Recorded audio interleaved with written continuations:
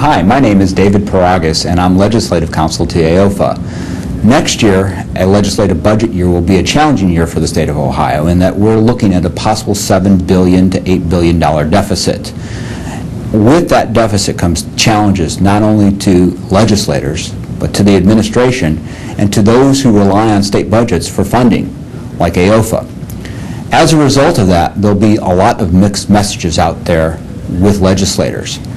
Our hope is to educate you on how to communicate directly with legislators so that we can gain their support on funding for our philanthropic nursing homes.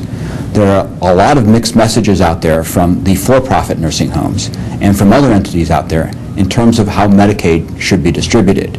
Our goal with you will be to provide you with the information that you need to communicate in a direct way with legislators and to develop and nurture those relationships that will be essential in the budget-making process.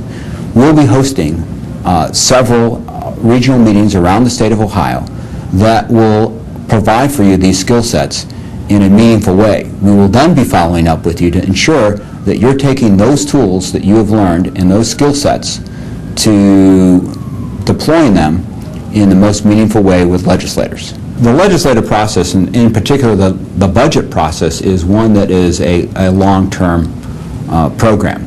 We start now working with administrators on our proposals and our specifics, and then what we would ask you to do is educate your legislators with information that's particularly relevant to them back home.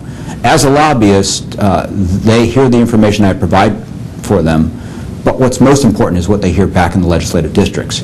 The purpose of these meetings is to provide you the tools necessary to actively advocate with our legislators.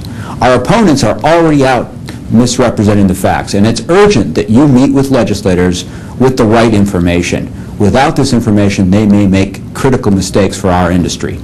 If you have any questions, please feel free to call Tim White at AOFA, or feel free to call me or Bridget McAuliffe in our offices. We look forward to seeing you at these regional meetings.